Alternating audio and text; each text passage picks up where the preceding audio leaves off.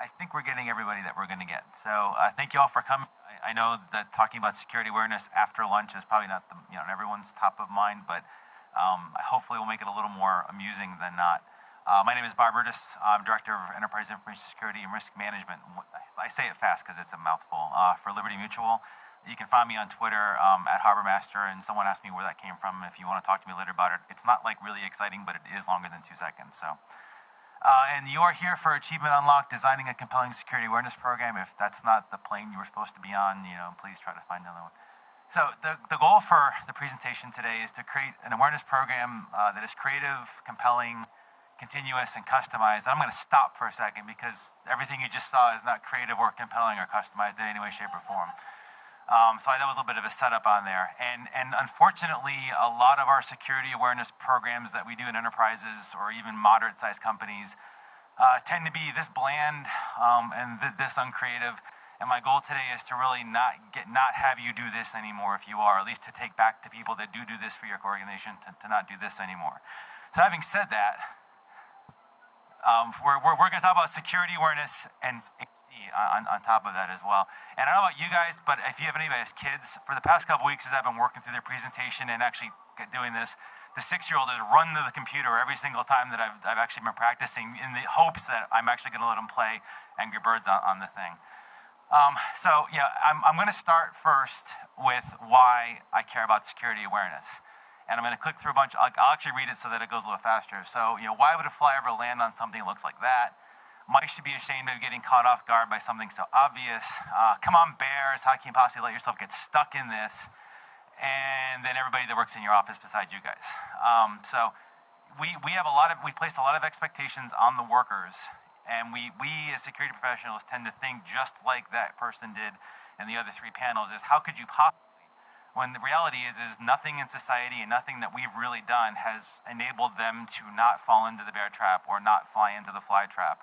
And one of my views of security awareness is to actually help people not get into those things and avoid these types of traps and to see that when it's coming and to know how to do things differently.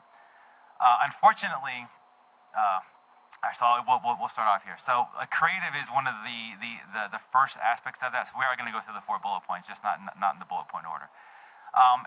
So unfortunately, we suffer through. I would like to show of hands. How many people here have a computer-based training program in your organization that covers security training? How many people go through that program once a year and that's it? Yeah. Okay. So that's sort of a problem because that's not really what I would call creative, and it's not really going to help people get their juices flow. Because the reality is, your security program and what you're trying to teach the folks that you have there is competing with all of these things I just put up here. And maybe not necessarily during the workday, because most places, in theory, have some of this stuff blocked. But it's competing with these free resources that do design really well. Because if they didn't do design really well, you wouldn't have people playing Angry Birds as much as they do, or you wouldn't have so many people spiking Pinterest up like crazy. I hate Pinterest, but spiking Pinterest all the way up on the charts, and so it's becoming the next Facebook. These guys, for free, are producing really well-produced content that are really raising the bar for those of us that may not have that kind of budget or may not have that kind of infrastructure. Yet this is where people's attention is going to get drawn to, and not the CBT that you have there. So the CBT is kind of like the elephant in the room because we all have to have this CBT, and you know why? It's exactly what Martin and Michelle were talking about before.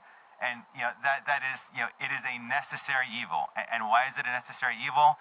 Because we all need to have the compliance checkbox achievement, right? That's something that most organizations in some way, shape, or form, whether it's PCI, whether there's some HIPAA thing, or whether there's SOX or whatever, you've got to actually do that. And most auditors are going to look for, do you run them through some kind of mindless CBT that we can at least say that you did that, and we'll check your box off on that kind of thing there. And I don't want your awareness program to be a checkbox awareness program.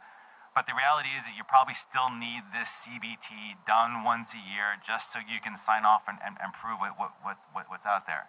So my first statement to you is, and we're not going to talk about CBTs for the whole time, and we might bring it up a little bit later on, and we're going to talk about why you need to make it quick later on too, but at least try to make it quick and painless if you've got these CBTs, because you've got to do it. And the quicker that you can actually get someone through it and waste their time in the CBT, the better off that they're actually going to be, and the better off you're going to be, because you can devote your time and your creative resources to doing something far more interesting for them and far more useful to them than just plain old CBT stuff. The second thing I'm going to tell you to do is to ditch the stock. So what do I mean by that? These might be familiar to you. I deliberately just ripped them off Shutterstock's website, kept their logo because most people just grab stuff from there. But when's the last time you saw a help desk person look like this? I mean, seriously, no one's smiling when they're talking to customers. Most of you help desk people, it's just not happening. The last time I shook hands with someone who wasn't a vendor coming in, I can't even tell you. And your CBTs, I mean, how many people have CBTs full of stock footage? Right? Okay, just a couple. I mean, how many people don't even have like images in your CBTs? Oh my, okay, it's worse than I thought. Wow, I'm sorry, guys. So, just don't do this because it's not believable. People know that you just took it from somewhere else, and it's just something that isn't going to resonate. So if you have to do the CBT and you're going to stick images in, at least do that for your employees. I would suggest doing something what we did, which is we hired a photographer, and we actually used employees, and that's actually one of my minions, Maximum Min. You can follow him on Twitter. You can see him, just kind of complain about me all day long on there. But and actually that's how he looks most days too. And he's not here to defend himself, so that wasn't fair. But we basically had folks just take pictures of existing employees and use them throughout the CBT. So why is that cool? Well, people recognize who they are, and then you can actually like seed these guys with at least some useful information about what you're trying to do. So if it's an InfoSec policy thing or just general InfoSec thing, make sure that everybody you use can know one fact, because you know why? Everyone used in training materials within our organization has had at least one person ask them something about security. Some of them have had up to 10 direct inquiries, and there's a compound effect from that. So if you make it personal, if you make it recognizable to the person that's going to be out there, you're really going to have the ability to go, hey, let's create some awareness and let's get this infused and let's make it sort of a ground up thing versus me just communicating from PowerPoint bullets. And I'm also going to tell you to, so as we ease away from the whole CBT thing and in general thing, lose the slides. Because when you're talking about things like information security policy and data classification and handling MPPI data, which is all stuff that we need our employees to be able to do, the last thing you want to do is have it look like this. This isn't ours, right? And this is actually, ironically, from internet2.edu, right? So people that are in theory are supposed to know how to actually teach people stuff, .edu. This is stuff that they've got there for governance stuff, and I think, in previous lives I've seen stuff like this in morgues that I've been in before too. So we don't want to do this because no one wants to look at slides. If you do that, just hand them out there and don't even worry. So you can't do complex things that way because people just aren't going to grok it. You may need to have a large policy that people need to reference, but you just don't want it. So how do we stop that from happening? So to try to communicate complex topics like how to handle MPPI data or how to do things like data classification, one of the best things to do is actually have them do it and have them do it in a kind of interesting way. So we worked with our and you'll hear about working with our teams in a minute, but we work with our corporate communications department, and we had them, yes, these are cheesy flash games. Yes, but the reality is they work because we actually had people play these flash games, which actually have people drag stuff here and move stuff there. And we have people, 10,000 people, 25% of my company play the game, and it wasn't mandatory. This wasn't mandatory training. They just saw it, we marketed it well on the inside, and they actually chose to play it through one time. That's a really good statistic, guys, if anyone knows like that kind of stuff. And scarily, we had one guy play it 15 times. We're watching this guy, by the way, because we just don't know what's going on. And so being able to get these stats and actually track this stuff is really important because you need to know how effective your medium and your message is actually working. And it doesn't cost much to make flash games. I can't talk about who in a broad spectrum, and I can't talk about how much in a broad spectrum, but if you want to hit me up one-on-one, get me on Twitter, I'll DM you back and we can have a conversation. I can put you in touch with resources that do a really decent job with this stuff, and no vulnerabilities in the flash either. And I'm actually working on getting them to convert to HTML5. So we're actually trying to raise the bar a little bit with the companies that we're working with. So now that we've actually got a handle on creative and we've kind of beat the creative level, we're going to kind of go over to this compelling level. So, why does it need to be compelling, right? Because you actually want them to learn something. And I'm going to tell you to actually don't do digital. I'm going to tell you to start the presses. And what do I mean by that? How many people get more than 20 emails a day? How many people get at least one automated email from some stupid internal address that you just ignore every single day? All right, there you go. So they're inundated with these messages. Yours is getting lost if you're sending them email for this kind of stuff, and it's just pointless to actually continue to do that. So what we did, we really wanted to focus on social engineering last year. We actually started to see with our incident response stuff and a beginning of an uptick in it last year. So we decided to address, monitor what you got going on and try to address what you got going on there. So we actually built these really nice cards. And I didn't put it up here, and I'll throw a legal I will throw the legal, open this thing on this when we actually publish the slides with source. You're freely able to use all this text if you actually want to. These are really nice 3x4, actually they're big, I think 4x6 glossy cards that got shipped to every single Liberty Mutual employee and contractor. Sits on their desk. I actually just did a kind of a world tour of Liberty Mutual offices, and I deliberately snuck around and walked around to see who had it by their phones and stuff. And surprisingly, non-scientific study notwithstanding, a lot of people have these right by their phones when they're doing stuff. So it worked. And I can also tell you that it worked because we had 25% increase in reports of phishing and social engineering to our incident response group. They don't like me, by the way. They do and they don't, right? Because some of it's not completely legitimate. It's people just being a little bit overly cautious. But the reality is it worked. They were able to recognize stuff, and we actually had folks in a very scary thing for me, actually report the phone stuff. So it's, the email thing is easy because it comes in, you can recognize it. And a lot of times people do get fooled by the phone, and that's really one of the easy ways for people to get into your company is to fool you by the phone. We had a lot of people reporting legitimate attempts at phone social engineering from them. So this actually worked. And just by getting, they're not going through email, give them something physical to hold and make it look really nice. And that little guy you saw with the trench coat is one of our mascots that we use throughout a lot of our publications. I'm also going to tell you to not be camera shy. So all cameras need to be on, and I don't know how many people have this digital display screens all throughout your places beaming stuff to you all the time. Yeah, it's not as common everywhere. I would suggest getting some if your org doesn't have some. So petitioning whomever, Sony just had a couple $1 billion losses in their TV units, so there'll be a fire sale there pretty soon on TVs. So just go get a whole bunch of TVs. Throw them all around, and I'm going to talk about one particular success story here. But it doesn't take much to actually hook up a PowerPoint keynote or just video to the thing and have messages regularly stream through. And we'll talk about that regular thing in a minute. But the one success story I'll show here, so we focused a lot on physical security about 1.5 years ago with these actual display messages. And these are up in all of our IT offices across North America and overseas in a couple places too. And we had a 20% reduction, and these are actual reports from officers, so a reduction in actual tagged reports of people committing physical security policy violations. It actually works. People will stop to see it if it is compelling. How many times have you stopped to look at an ad, or how many times have you looked at a billboard or whatever? That visual thing that's out of the norm actually will grab their attention. It will actually have them be able to recognize what's there, and if you do it right, it'll actually cause a behavior change in the organization. And one thing that actually works really well is incentivizing participation. So nice little Jeopardy thing here. So I focus on Jeopardy is because John Forrest, you'll have his Twitter handle in a second, to help communicate the information security policy. And if your org is like my org, I think the only person I've talked to that doesn't have a really dry InfoSec policy is Mr. Ellis. But and actually, have you read? Actually, I'm going to put Josh on the spot. Have you read the InfoSec policy for your organization? Okay, so like I said, Mr. Ellis has, he's got a different kind of org. Most of the rest of yours is this big piece of dry, boring set of text that no one really wants to read, and is a great reference if you need to find something out. But it really isn't something that that people are going to be able to grok pretty easily. So one way we decided to do this is John Forrest kind of goes from place to place to place and holds a Jeopardy contest. We warn them we're going to be there, and if they want to brush up, they can brush up. But we basically pit a couple employees off of each other to answer questions that kind of detail stuff from the sections of the security policy. And that we kind of do that over the course of an hour, 2 hours, whatever it's going to be. And we cover most of the ground of the security policy that way. People in the audience learn because they're hearing the questions and hear the right answer. And the people who are also going to answer the questions correctly get a gift card. I think it's $25, not $100. It was the best image I could find.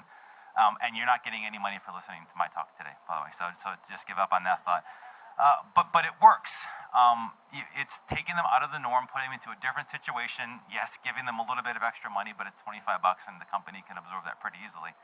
And it's definitely something which anyone can do. So if you want to see what he's done, I mean, he's not going to ship you our policy stuff, but he can give you the context how we actually do things in the setup. Hit him up on Twitter. I don't know if I make Steve, do I make you guys go on Twitter? Because Steve's one of my minions too. So I don't force them on Twitter. It just kind of works out that way. I actually do give them orders on Twitter for work, so they kind of, it does work out pretty well for me that way too. I'm a serial. If you don't follow me on Twitter, I am sort of, when I'm not on vacation and being forced to not tweet like my wife just did for 5 horrible long days, I am a serial tweeter, so it's pretty bad. And so I'm going to stop. I am going to linger a little bit on this one. And again, if you have any questions about stuff, just feel free to interject. Demos are a thing that just sort of happened for us at Liberty. And that's a picture of our setup last week in Dover, actually. Demos are great because they're not fake demos. Like, they're not like what your product vendors might come in and do with a canned thing that is always going to work, yet when you actually try to implement it, it's going to suck horribly. These are demos, live demos, real stuff. Yeah, they may actually fail during the process, but the reality is it sends a great message home that this stuff actually works. It all started, I don't know, about 2 years ago. Josh might be able to correct me on when the timing was, but with Fire Sheep. So everybody remember the Fire Sheep tool? All right, so I actually, as a lark, did it initially for our Christmas party, for our department's Christmas party. Not in, like, we have an extended department, so we're part of another one, but basically ended up the vice president of strategy and planning for Liberty Mutual volunteered, basically by telling me to Fire Sheep him. So he actually logged into his live, Facebook account, and I ended up Fire Sheeping him, and it really woke everybody up that wasn't a security person at this event to do. And I don't know how often, I don't really know how often I've done the Fire Sheep demo since then, but this has been huge because it actually hit home to everybody. The best thing I can tell you from the Fire Sheep demo, though, was so if anyone has Liberty Mutual Insurance and you use our website, the CIO of that market or that business unit that owns that website, he actually was one of the ones I also Fire Sheeped as well too, and then kind of talked to detail about what the Fire Sheep is and what the vulnerability was and etc. And he basically told his app teams that if Rudis finds a Fire Sheep-like thing in our stuff, you're dead. So like you can be rest assured that kind of stuff, he grokked immediately what needed to happen, right? So he understood what the problem was, but also managed to take it from, oh, this is me and my Facebook account, to, wow, what if my app has this vulnerability and my users are going to get screwed? So, I did try to tell him it's very unlikely people are checking the status of their insurance policy at Starbucks. It really, you've got to have almost no life to want to do that, guys, really. It's just not a good thing. But, it works well, and it's something that you can easily do, and Fire Sheep, unfortunately, still works. And you can actually set it up to work really well by, Facebook will, as you guys know, decrease your security at will, but you can force it to decrease that to actually go ahead and do that. Another one that worked out even better than I actually ever hoped is we actually had the opportunity to go to our senior management meeting. So a couple of us went down to DC. This is every single senior business executive within Liberty Mutual doing the once a year, hey, how's it going, schmooze event that they do, and talk about how cool stuff is in the business. We actually had a demo booth set up there to talk about how people actually do phishing research and what zero-day attacks actually look like. And this was all live, and it failed a couple of times when it was there. All 70 execs that went to this came to the demo. It wasn't mandatory for them to do that. They had golf some days. They had stuff. This is all stuff. This is a big company event with very, very important people. They all chose to go through our demo. They all saw the demo. They all asked really, really good questions, and they all took a lot of really, really good information back to them. So don't belittle getting in front of senior management, as senior as you can, and work it in any way that you can to weave messages in like this. And they were scared about the amount of public information there was on them out there, and they were more scared when we showed them what we could do on their computers with a zero-day attack. And we actually did a zero-day attack with our full antivirus suite, et cetera, running, so they knew it wasn't just this fake thing that we did with the laptop. So it's really, I don't underestimate the kind of power that this actually has.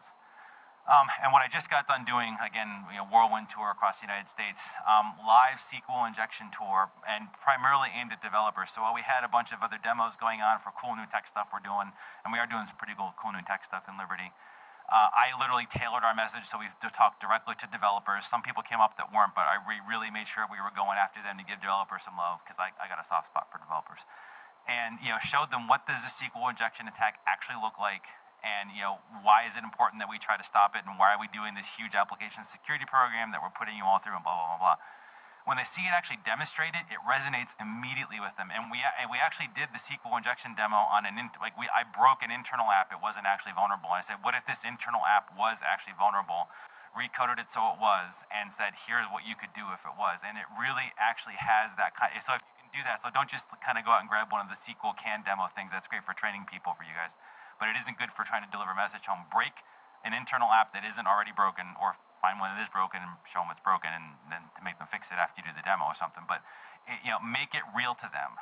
And so when I go back to the phishing demo that we did in DC for our management team, we had a 45% increase in reports of phishing by senior management to incident response. Now, in this case, incident response is me. I don't know why they feel the need to email me instead of going through the process. Actually, I do know why. Rudis handle it, kind of a thing, more than anything else. But the reality is we got them aware of what's going on, and now they actually want to help, and they're part of solving the problem. They aren't the problem anymore. Because the reality is, and I know I'm speaking to the choir, but if they're going to attack somebody with phishing, they're going to try to go after the guys that have access to the stuff that they want. So by getting them trained to look at this, it's really important. Unfortunately, it also had the side effect of them every time. So I don't know if anybody uses a third-party campaign manager for email campaigns at your work. A lot of communications departments will use an external provider to do that kind of stuff. Most external providers look like spam or look like phishing if they don't do things right. And we actually saw them, so I'm not going to tell you who we use. You can ask me offline, and I'll tell you offline and what I'm using. But they even picked up on those, and we're actually trying to get some headway now and not using that third-party campaign site as a result of that too. So there's cascade benefits of actually going through all this stuff. And I actually have had this happen as a result of last week. I'm going to be making probably more road shows now as a result of my SQL injection road tour, and actually going to do more as well. And I think the other cool thing that we do, and that I would also encourage you to do, is once you're done doing the initial spate of demos, your time is valuable. You do need to go do other things in life. So we record all of these things, and they're all available on our internal version of YouTube. I forget what we actually call it. I don't necessarily go visit to look at my own demos, but we actually record them all, put them up there, and I don't have the stats in front of me. I should have brought them, but I didn't have time to go look at them.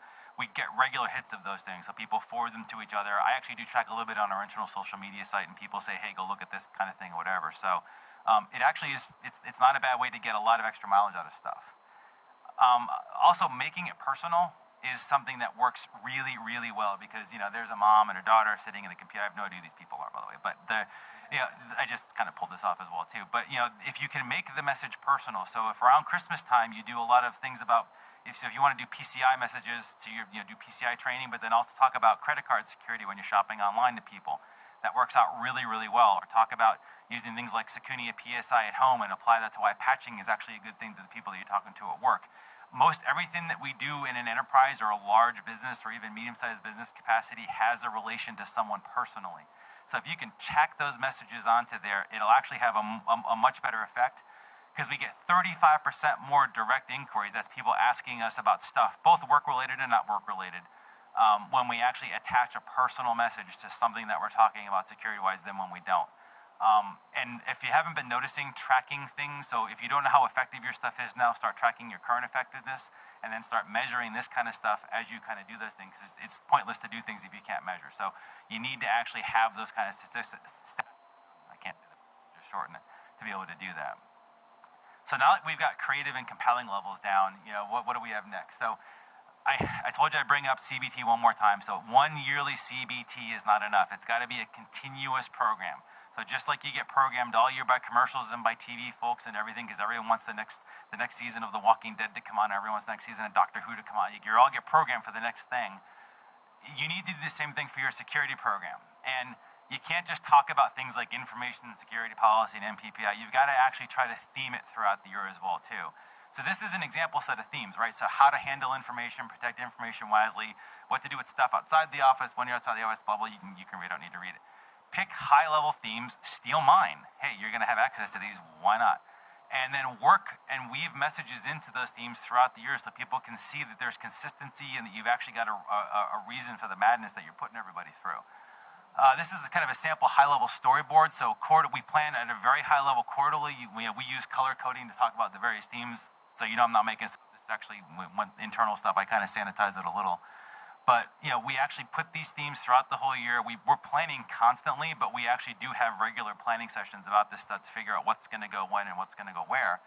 Then we drill it down to the monthly level so we know what's happening when, who we're talking to, and you hear about customizing in a minute, so I'm not going to kind of bore you with it here.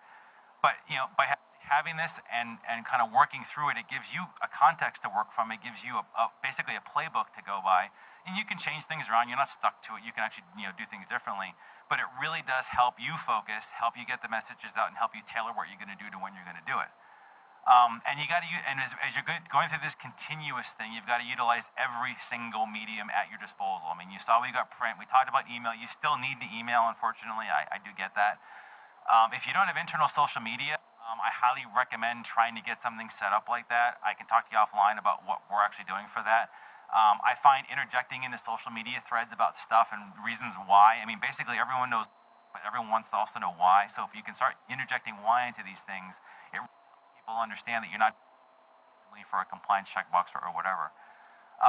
Most people have an internal web portal, do long form articles there so people can reference those when they need to, but don't actually shy away from things like smaller snippets. So we have this thing called 3 things, because 3 is one of those magic numbers. Things come in threes. People like threes. It's a really easy number to do and a really easy number of things to remember.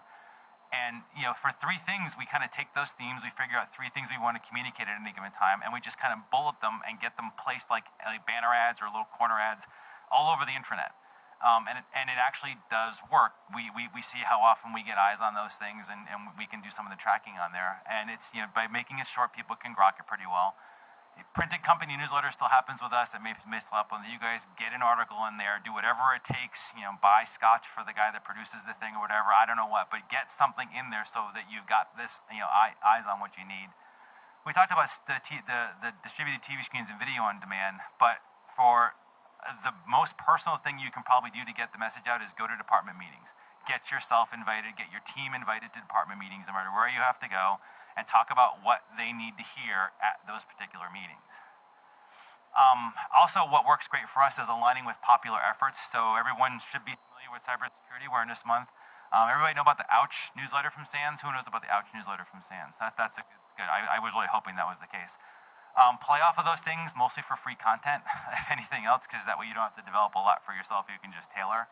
And then, don't let it be said that you can't steal from the public media, right? So every so often, Morning Edition, All Things Considered, Marketplace, Business, I can go through like a whole bunch of different things, but a whole bunch of different places are going to do security stories that folks are going to hear, executives are going to hear, regular people are going to hear. You play off of those. So while you've got a script and while you've got a plan, if you're listening to these things and looking at these things, I mean, every so often on Twitter, I'll post, I saw this on whatever, because I care about that, because I need to weave that into how I'm doing my security program. So now that we've got creative, compelling, and continuous levels done, customized is the only one that we have left to worry about here. And so why customized? Well, one size doesn't fit all. Sorry, that's a really bad thing. So, and to kind of play off the Angry Birds theme I've been doing out here, each one of these different birds does a different thing. My kids know, I don't actually play Angry Birds, but my kids do, so they know what these all think. They all serve their own purpose. You're going to use each one in a different kind of situation. And that's the same thing for your enterprise awareness program. Because you're going to have executives, some are cooler than others, right? Josh is laughing. You're going to have developers. That's actually a more realistic looking help desk person or call center person. You're going to have server operators. They got that sullen stare in the background. For me, I actually have claims adjusters. I have a lot of claims adjusters. We'll talk about them in a minute. And then you actually may even have smart security guys on your team. Oh, wait, hold on. I said smart security guy. I'm sorry.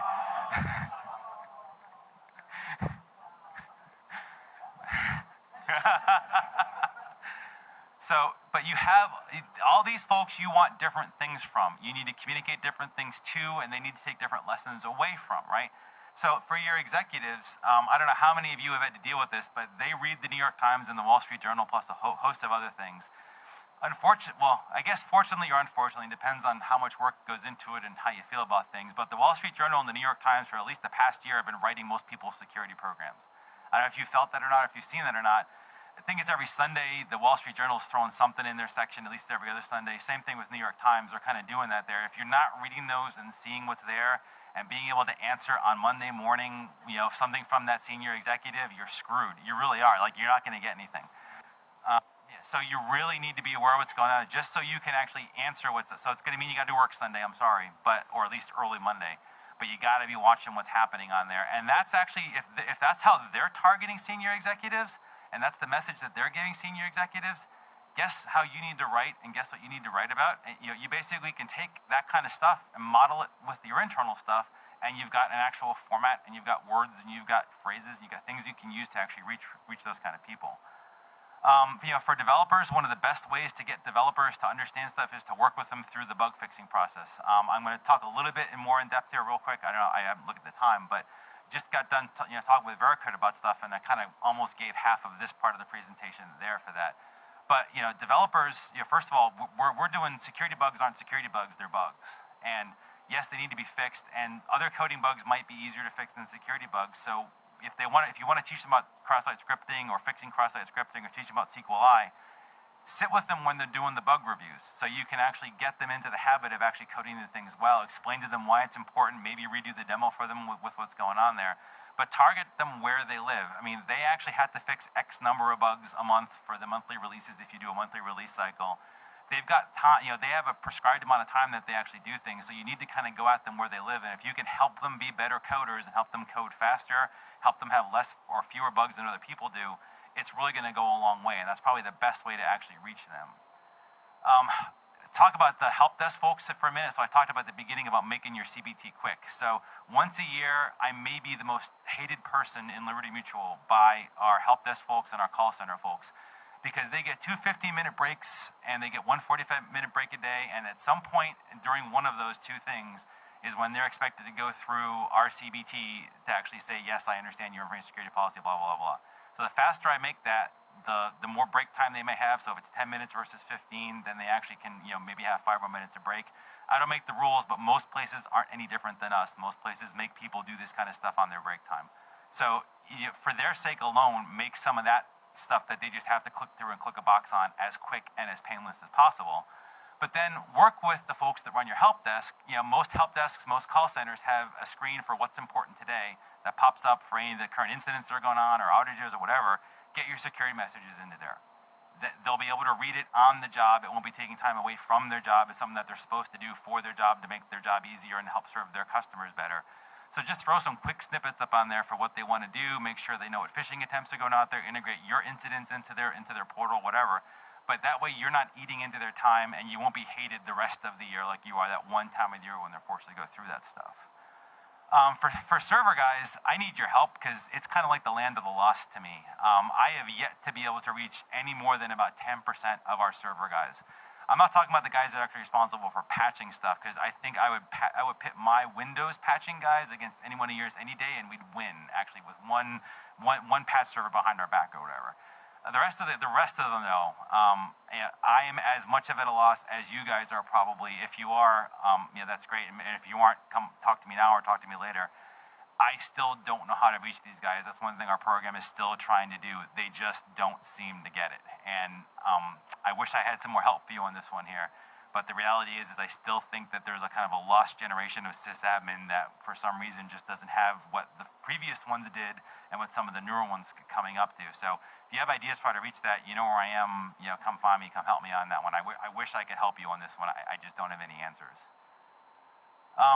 And for the folks that are like the claims folks, so we have a ton of claims people. They go out and respond to all the tornadoes that we're having this year and the floods last year and the hurricanes last year. These guys are on the road a lot, and they get to see their manager more than they're ever going to get to see me or the intranet portal or anything like that. So what we did is for each one of those different types of roles that are out in the road, only see the manager about once a week, maybe once every 2 weeks, we have a manager's toolkit customized per area, so whether it's claims or whether it's sales or whatever, that we actually say, here's the thing we need you to focus on this year. We don't track it really well because they got stuff to do. We trust them that they have to care about this stuff because they're adults. But we actually give them the tools to help talk to their folks on a regular basis. And that's something that's, yes, it takes time, yes, it takes effort, but it actually makes you a partner with that person, and they actually have to work with you to try to get those messages through. I don't have a lot of effectiveness things to show you for this one, but that's, I think, one of the best things you can do to kind of move that off of your plate and onto somebody else's plate too, because I've already talked about doing a lot of stuff. For the security folks, or more technical folks or technical security folks, one of the things that we found is really helpful is bi-weekly and sometimes weekly for the application area, just practitioner-based, practitioner-led online meetings so people can come and go as they please. They can come in for what they want to do or actually just do the presentation and go do other stuff. Just get that community together, have them talk to each other, have them say what's going on, and it really reaps benefits because now people know who to talk to. It was interesting, talking to some of the folks at lunch. That's one of the biggest problems is sometimes people just don't know who to talk to about stuff or where to go, and that can really help do that. And if you do it well, you can actually support hundreds of people kind of going into these kind of internal webinars type things. And I think, if we were to structure it a little bit differently, we might even be able to count it as CPEs. And if we can actually get to that point, then everyone gets their little CISSP checkboxes then too, which is kind of helpful for them. I guess the fundamental point here about the customization is you need to have people know what they need to know and integrate it into their workflow. Having it be an out-of-band disruptive event is not going to help anybody. You're not going to get your message across. It's just not going to be worthwhile for anyone. So we've got creative, compelling, continuous, and customized. Yeah, you were hoping it was actually credits, but no, I got a little more to talk about. You can't do this alone. I mean, I have a whole cadre of people, and you'll see who some of them, and you see some of them here. I work with corporate compliance, corporate legal, IT communications, enterprise communications, the whole developer community, and all of our SBU security folk and other folks there.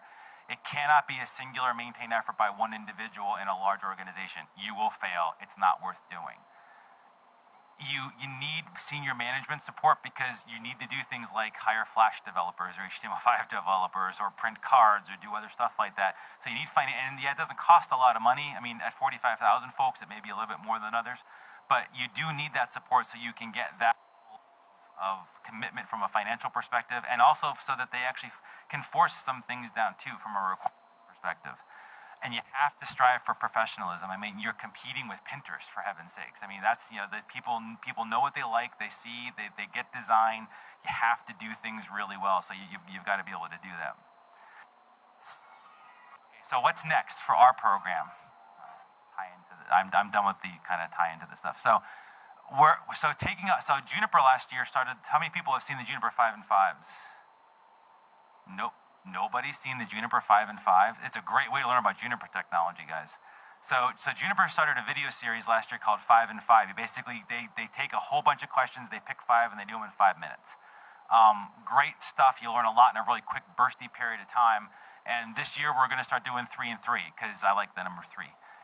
And it's actually going to be shorter, and people have a lot of time. But we're going to actually get people asking us stuff, hopefully a lot of whys, so we can answer in a very short period of time what the whys are. Get them put up to the video portal site and let people look at those, kind of get them all published through social media and internet, the internet and everything like that. But kind of just hit people from that perspective. User-created videos. So it's not just about security folks doing stuff, it's about individuals doing things. Last year, I actually ended up giving a Bravo to a couple developers who found a really nasty thing. I won't go into what the details are, but they found a really nasty, pervasive vulnerability in something. Gave them stuff, and I want them now to talk about what they found last year to encourage other people to do the same thing. So we probably wouldn't talk about some of the nitty-gritty details, but let people in their own voices talk about stuff, so it's users talking to regular users, not just security folks talking to folks all the time. We started doing security fairs last year. We're going to do a whole lot more. So we've got a booth at an upcoming developer fair internally. We're going to be doing more of our own internal security fairs across things, but it just kind of gets you to showcase your security technology, what you're doing